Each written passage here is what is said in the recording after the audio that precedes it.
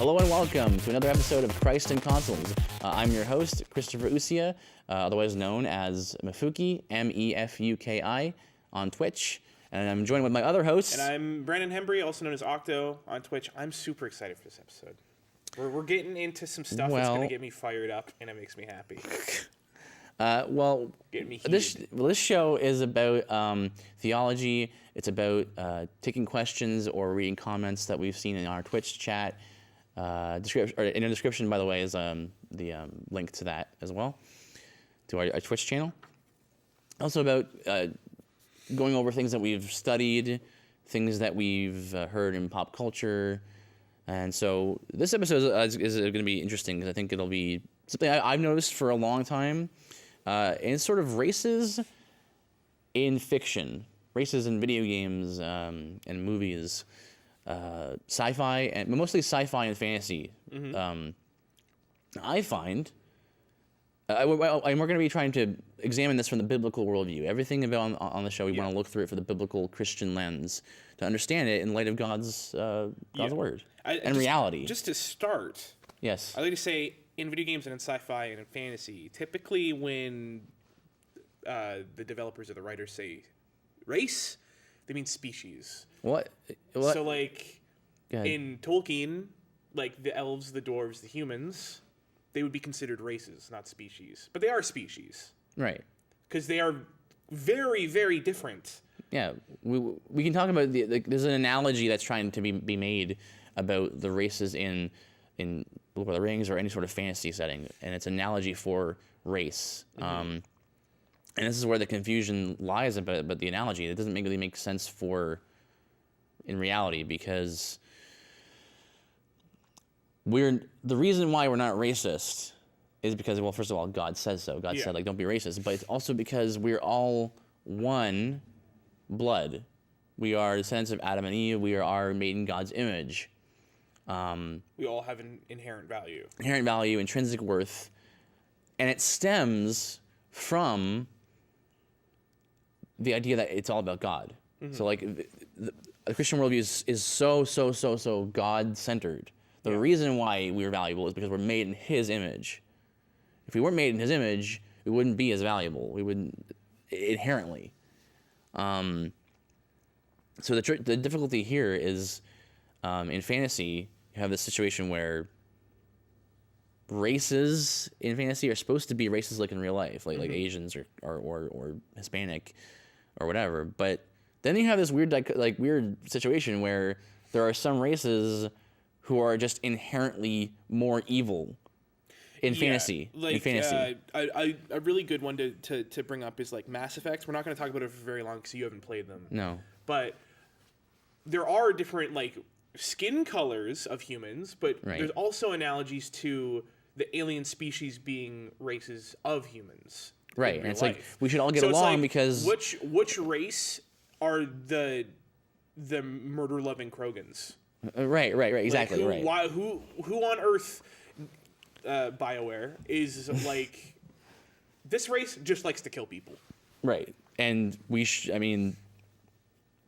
this weird thing that happens in some fiction where they kind of do a morality play, where they say this race is like it's just predisposed to evil. Like, it's actually predisposed to evil and to violence and all this stuff. But we should try and find some way to get along with them and stuff. It's like it's very confusing because you're trying to make an analogy about race when the Christian wouldn't believe that a certain race is more predisposed to doing more evil than a Caucasian or whatever. That's not a biblical thing. So that's how the analogy immediately breaks down. Right. So I think it makes a lot more sense that they're not trying to be analogous to races, but more to different cultures. Right. And if that's the case, then we know in reality that not all cultures are morally equal. Mm-hmm. There are certain behaviors that are morally good or evil. Yeah. And evil things within a even with regardless of what culture they're from, should be expunged or done away with. Whether you're looking at slavery laws in the South and the North, back in America, hundreds of years ago, a couple hundred years ago now, or 100 years ago now. A couple. Yeah. Anyway, or looking at abortion in modern days, or looking at Molech, worship of Molech in Old Testament times. We have this idea that it's a modern idea, or maybe not modern, but it is a postmodern idea that like everyone's truth is relative, and therefore we need to coexist, and everyone's culture is morally equal. But that's not a biblical concept. Yeah, you wouldn't say that. I don't think anyone. You don't even have to be a Christian. Like anyone would say the culture in North America is morally higher than a culture of cannibalism. Right. Like some of the cannibalistic tribes over in Africa. Right. In this country, we serve our neighbors. In another country, we serve our neighbors for dinner. Right. It's me wiping my mouth. And you would say, and we would look at that. We wouldn't say, do you have a preference?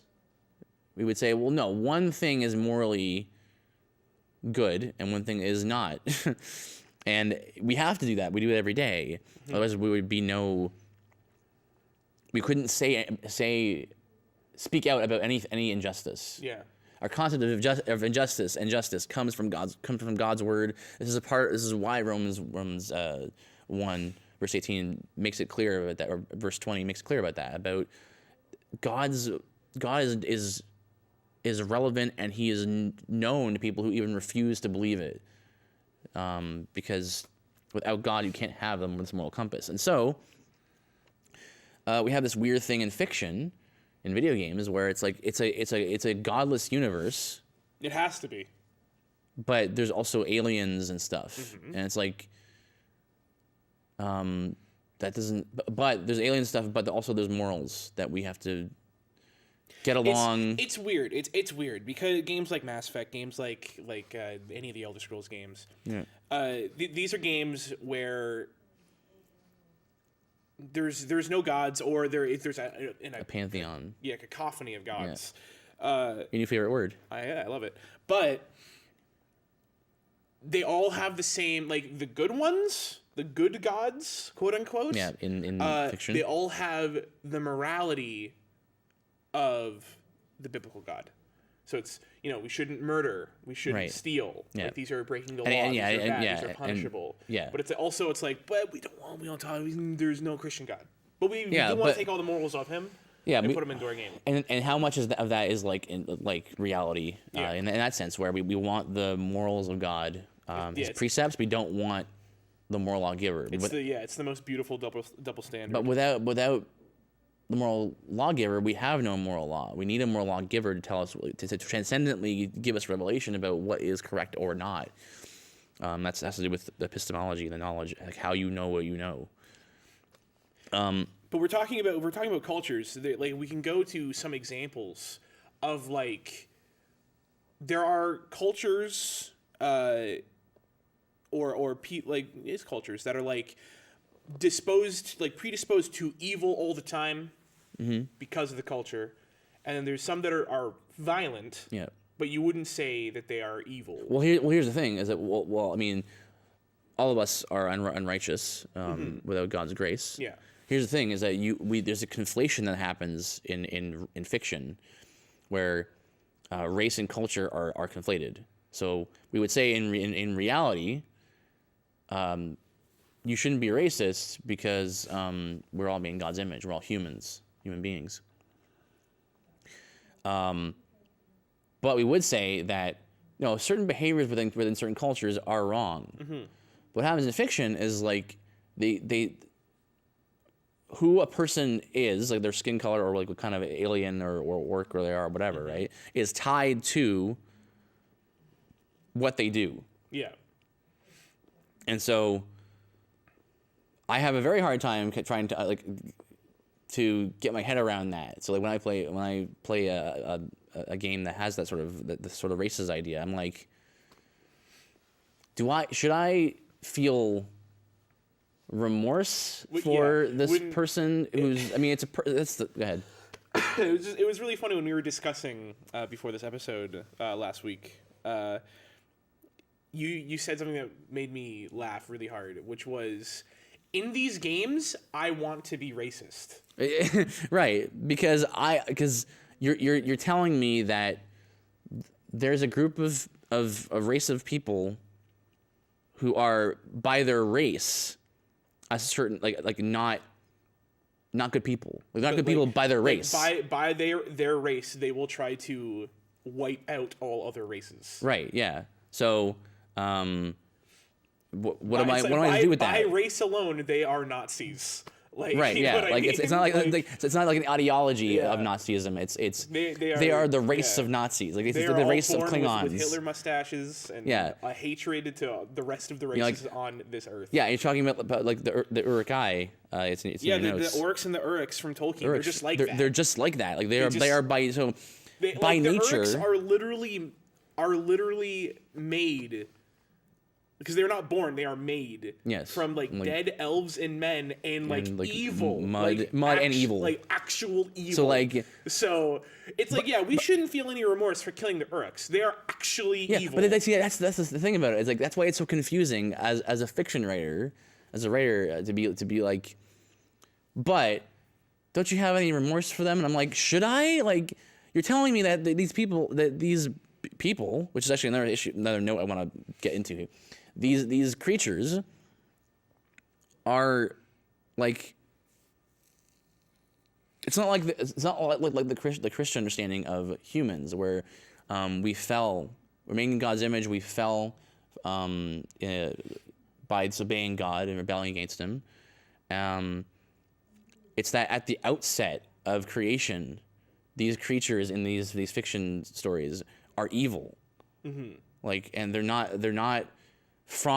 They weren't created because God made them. Yeah. They are created by the means of man. Yeah. Because this is also part of the reason, the difficulty of you having a world where there is no Christian God. Because then you're saying that they were created by no will of any. Sure. Divine being. To be fair, in most of these fantasy worlds, there is a quote unquote maker. Right. Yeah, but they have nothing to do with story. Nothing to do with it, and just have a justification that things exist. And it extends into a pantheon of gods, which is, I mean, it breaks down as well because then you have then you just have races being made by the different deities and stuff. So, so I guess the question that I have is how can people be equally valuable in a world where people aren't made in God's image? And I don't really see how that can be, because there's only one God. If you have a pantheon of gods, as you do in much of science fiction and fantasy, then what gives something from whom do you get value? What does it mean to be valuable or not valuable? Well, it'd have to be it'd be like a work-based system, right? Like, what can you provide for me that I cannot provide for myself? Right. That's what makes you valuable. Right. And so I find that races in fiction are confusing and contradictory sometimes. And the issue, I think, is the difference between a thing's being and person. So this is a sort of if you go to seminary, you might hear about this understanding. A thing's being and a thing's a personhood are two different kinds of things. So I know that's very common to use the word human and the word person or people interchangeably, but philosophically speaking, they're different. So everything has being. Rocks and trees and this table has a being. which is why, in case you're ever wondering, this is why we say human beings, because our being is that of a human, so we say human beings. That's where it comes from. So everything has a being, but only certain things have personhood, and that has to do with sapience, which is the idea that you can reason and think, you can acquire knowledge, you can think basically, you have a personality. You can think beyond just survival. Like you have a brain to think. Yeah, you are not acting on instincts. Yeah. Yeah, or you don't, or you are not an inanimate object. Yeah. So and of course, like yeah. So, the only things, so in real life, the only things that are persons are humans, God, the Godhead, and his created heavenly hosts, so like angels and demons. They're persons as well. So, we don't really get an understanding of like what it means to be a person who is not who needs to be redeemed, who is not a human. So one thing I've heard of recently, well, not recently, but I've restudied it, is the idea of I believe it's called panspermia, the idea that the Earth was seeded by aliens, and that's how we got here. That's what Scientologists believe, don't they? I don't think it's Scientologists. They believe that it's something similar. Spirits. I thought it was like alien waste. No, Doesn't matter. no. I'm Well, anyway, the aliens it planted life here. Of course, that's a whole other problem. Like, it doesn't actually answer the question of where we came from, the universe came from, but whatever. But beyond that, you're saying that there's an alien race that is out there, that like trying to fit that with the Bible and be like, so God didn't tell us about the aliens. So did Jesus become an alien and then die on the cross on that other planet to save all of those aliens? Like, Jesus became man because he had to be our kinsman and redeemer. He had to be human like we are human. He had to become a fully man, so that way he could become the propitiation for sin. He could have his blood shed in the way that we are humans also can have our blood shed. So you trying to marry the concept of aliens getting involved in the mix here, like actual beings that from a different planet, means that God would have had to, Jesus would have to go to all the different planets and become that alien race to save them from their sins, unless you don't believe that the aliens are sinners, but that would just be a direct contradiction to the Bible. Or that the aliens don't have the same worth. Well, aliens don't have the same worth. Because if the aliens were here and we were still made in God's image, and they can also be redeemed, that means we don't even know what God's image is. Yeah, yeah. It is 2 arms, 2 legs, and a head. Yeah, and even, see, that's something you say that, even then, we only think that way because we only know beings like us. Like, we only know, we make things in our image, right? And we understand the world around. We look at the world around us and we base things off of that. They're derivatives. So I just think it's really confusing to have a fantasy world with no God, with no one true Christian God, but then have all these different races that are somehow all equally valuable. Well, and I've told you this before. You're overthinking it. Well, I mean, you're overthinking it too. You're overthinking it more than the developers are even thinking about it. Well, the developers are just saying, listen, we want to throw in the morals that we practice in our life, right. which is Judeo-Christian for the most part, but they don't want to have anything to do with God. So we have to look at it from that perspective. People are important because we don't know why, but they're important, so don't kill them. Yeah, so but you're playing with faulty morality, but we now have to look at it as why without God, why are people valuable? Right. So the answer is they aren't. Why shouldn't we kill them? Right. You know. And the answer is it doesn't matter. The answer is it doesn't matter. Because it's just a world of chaos at that point. It is whatever you feel. You know, if they are threatening you, you have more valuable are more valuable to yourself than they are to you. Yeah, might makes right in the atheistic system, and even within the pantheistic system of many fiction stories. All you have. This is something that I want to bring up in a future episode about Final Fantasy being anti-religion. Well, I'm gonna say it for that episode, but just suffice to say, there's this idea of reoccurring in a lot of JRPGs where it's like you have these powerful beings that eventually you overcome and you fight to the death and you overcome them. If you can kill a god who, if you can kill a god, then they're not really truly God. Now, of course, people are going to say, but Jesus died, didn't he? First of all, the propitiation was done on like for us, of his own free will. When Pilate interrogated him, Jesus said, if it wasn't not God's will, you could do nothing to me. I could call upon a legion of angels to come and rescue me. Like, you have no power here, Pilate. So it's not as if the concept is very different than in all the other JRPGs that I've played, where it's like, oh no, I'm this deity. Oh no, I'm being killed by these dudes because of the power of friendship or something, right? And it's like, oh no, all my plans are going wrong. And it's like, that's not the true God. So like, if you're gonna say like,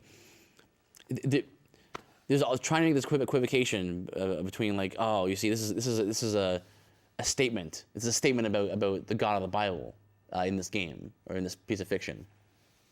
If you can kill it, if you truly kill it, then it's not. Then it's an inaccurate statement. It's an inaccurate analogy. So, anyway. But we would say. But by the way, just side note. This is one of the reasons I love Tolkien's work is because he's like, don't have remorse for the bad guys. Mm-hmm. They're just bad. Right. Unlike some of these other games or some of these other fiction where it's like, should we keep the Borg alive? Right. Should we? It's like the Borg are like the most clearly villainous. They're just wild beasts. No, I haven't watched all of the entirety of Star Trek. I don't have a million hours to sit down to watch all of it. Yeah. So they may not want to save the Borg. I don't know. Yeah. But if they did, then it would make sense. I've seen with the Borg, people were sympathetic towards them. Anyway, I do think when we're talking about like Skyrim or something like that, and it's like, you know, the Khajiit are just as valuable as the Nords or whatever, and it's like, well, no, it's stupid. Because they're not human.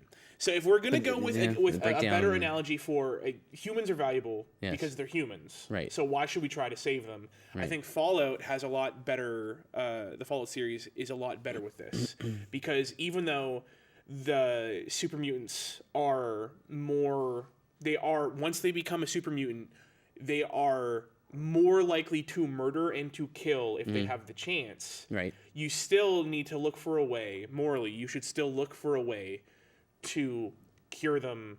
Right. Or not just kill them straight up, unless you're, of course, defending yourself. Right. Because all the different races that speak to you in Fallout that have persons, are human. Right. Yeah. They are mutated humans, but they are still humans. They are sick humans. Right. And that's a bit of a closer analogy, I think. This is why when you fight a Cazador, you shouldn't care. They're just a bug. Especially not the Cazadors, because they are like spawns of hell. Those terrifying bugs. Yeah. They're real. Look up tarantula hawk wasps. They're terrifying. All the monsters in video games are just bugs supersized. The amount of times I've oh been my surprised gosh. by, like, oh, this is a cool design from a video game, and it's just a bigger version of a Look real up the bug. goblin shark. Yeah, Oh, it's anyway. pretty neat. Anyway, we digressed again. But like that's the deal. So it's like, especially I think it was Fallout New Vegas. In fact, I'm positive Fallout New Vegas, when there was a couple scientists that made a home. I'm not sure if you ever found this quest. Yes, I did the find home this for quest. super mutants, and they Yes. were like, once you take the chems, like the medicine and stuff that they are so addicted to, so they're start not in regulating like, living and- in pain as yeah. a super mutant. They actually start reverting back to normal humans, just not physically. So they're Right. like trying to Mentally, yeah, mentally they're starting to revert back to normal humans. So the doctor in that quest pleads you. He's like, don't kill them. If they talk to you, send them here. I'll Right. try to help them. Right. And it's like, well, again, the idea is like, this is why it's such a confusing thing about theologically. This is why I want to, because even things from the Christian worldview, I want to emphasize that we want you guys to not just passively just like take in media, but like what does it mean? What's it trying to say? And everything has a message. I think it has a message, even if you don't intend to give that message, because we're always proselytizing our way of thinking, whether we even intend to or not. So, Sorry, go ahead. so I just got a thought, so I'll wait. Sure. So we see here there's the races are we see are human, and so we value them as such, right? But the tricky thing is when a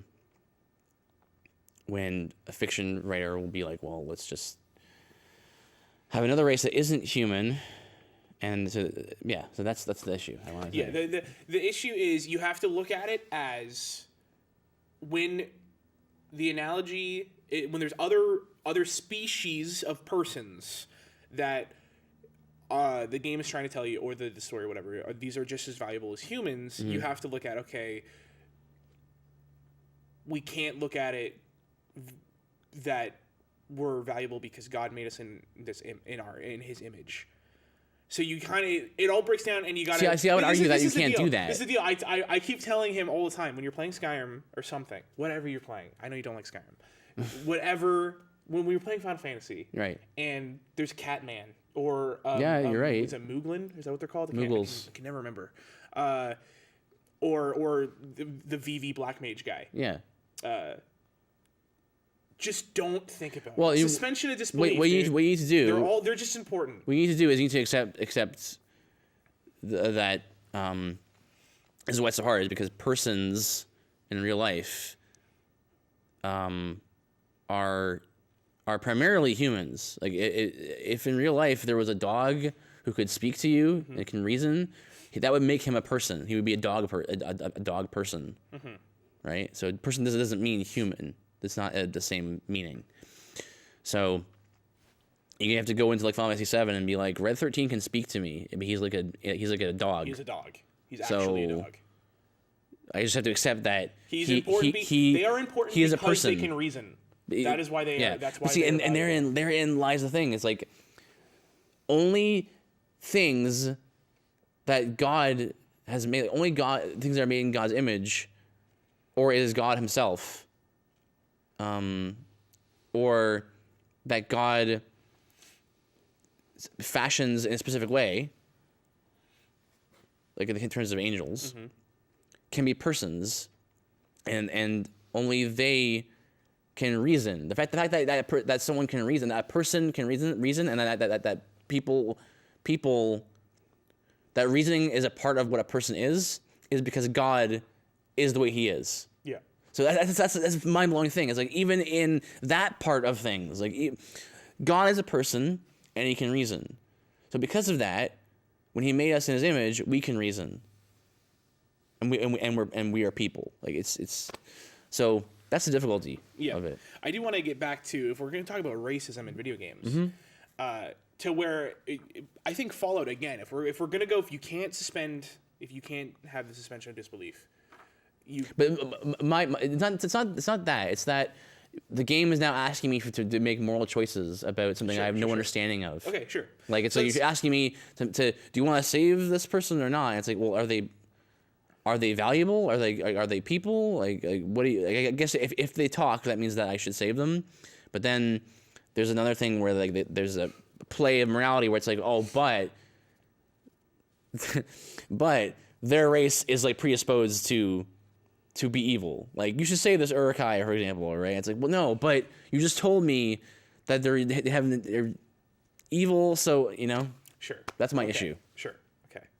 Voiced. Let's go to something where you can't understand it because they're still humans. Let's go back to Fallout. Okay.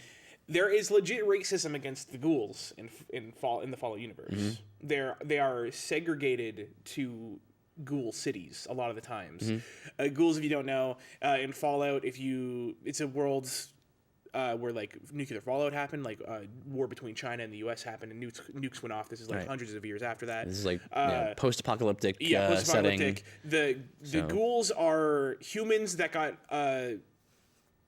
exposed to so much radiation that their skin started melting off, but it stopped halfway. Now there's feral ghouls. Those are just things. They are animals at that point. They are just trying to kill you. Right. So we don't feel bad about the feral ghouls. But the other ghouls, the ones that talk to you and stuff, they are faced with racism and stuff like that all the time.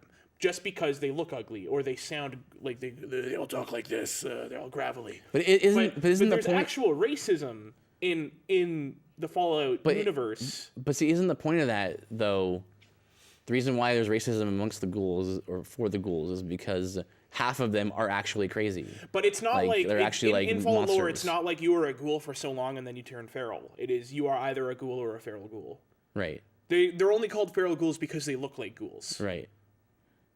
Okay. Well. So I think there is a better analogy for racism within Fallout. Better because they're human. Everyone's human. They're still. But that's why you see like it is just. I'm pretty sure it's just an analogy for black people in America. That's what I'm pretty sure it's supposed to be an analogy for. Well, I mean, they do that a lot. Like in Fallout 4, there was the wasn't it actually called the railroad? It was like there's the synthetics or whatever. We're not talking about like the on the nose. Well, let's just not talk about Fallout 4 because that story sucks. Okay. Well, it still is a story that or Fallout 1 and 2, where there are like a quote unquote interracial couples between the ghouls and the rest of humanity, and they're always the tortured people. They're always, the ghouls have to use those bathrooms. They have to use right. It's like it is very on the nose, except they are not a different color. So like that's the deal. And I think there's important lessons. You should save the ghouls. They're human. They have inherent value. Right. Same with super mutants. That morality, stuff like that. Yeah, that makes more sense. Self-defense is one thing, but you should try to. It makes more sense in Fallout because of the idea that there are no aliens or no fantasy creatures. Are there in Fallout? Oh wait, yeah. Well, that's what the perk though. That's what the no. There's just aliens in Fallout. Oh right, the DLC for not even that. There's before Fallout that 3. You can find dead aliens at crashed UFO. You're really punching holes in your yeah, but listen. We never feel here. bad for the aliens. We kill the aliens. We never feel bad because they try to kill you.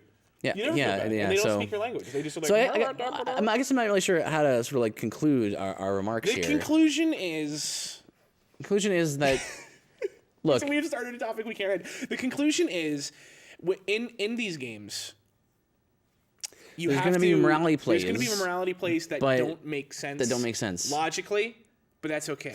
They don't make sense from a Christian worldview because there are no dog people in reality. You know what I mean? There are no aliens that we know about from Scripture. There are like heavenly beings that God created that do God's bidding. But we don't have the same kind of interaction with them. The morality plays in these games won't make sense from a Christian worldview.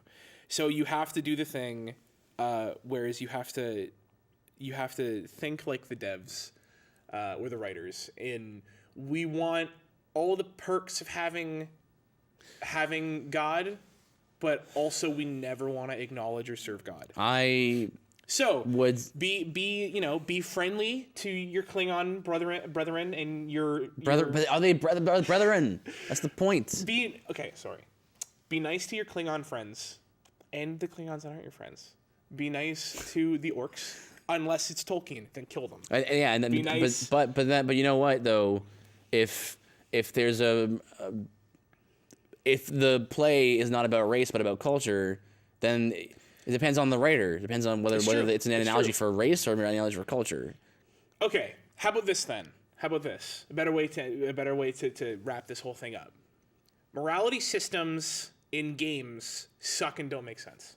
They don't make sense most of the time if they're not just about people. if they're not about humans, because that's the only thorough concept that we have of what is a moral thing. Yeah. The angels serve God. In real life, angels serve God. The devil and demons rebel against God, though they still have to ask God for permission to do anything, as we see in Scripture. And then humans are made in God's image, and we can reason. And so I guess the idea is, depending on basically what I would say to conclude is that don't let anyone tell you that, oh, you should or should not have done this in this fantasy game or this sci-fi setting, because it's so hard to pin down morality in a godless universe. Yeah. Actually, it's impossible to pin down true objective morality in a godless universe, like in Prey or something, or Mass Effect. Yeah. The game wants you to have a moral compass, but it makes it very hard to do it. We have to save Prey for another time. We're gonna get into that. It's in a later episode. But okay. Yeah. Final notes on my side. All right. Okay. Your mileage may vary with the moral compasses in games. If you're like my friend Chris here, you're gonna have a really hard time with them. With me, it's just whatever. Just, I mean, if the game wants me to make moral choices, I don't, because honestly, I'd rather play games that don't have them. But if you're gonna have them, you're gonna make it make sense to me. Like Chris, you're gonna have a hard time. If you play games with me, you're just like, I'm just gonna save everyone.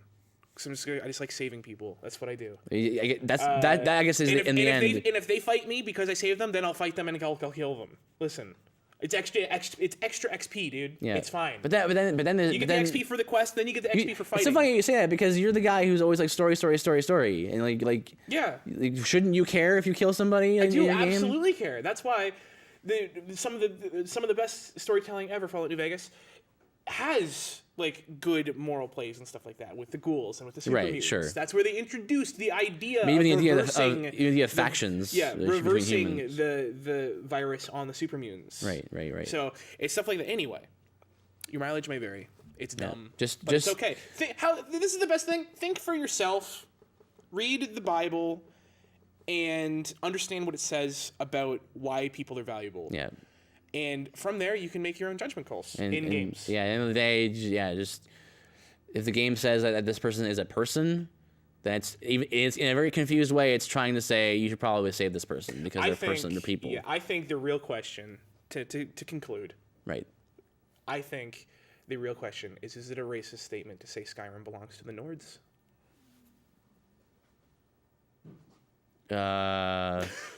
That would be getting into how the Bible views immigration and sojourners in the land, I would think. Great. Okay. Yeah. All right. Anyway, well, check out our Twitch channel. We stream almost every day in the description below, and we'll talk to you next time. See you later.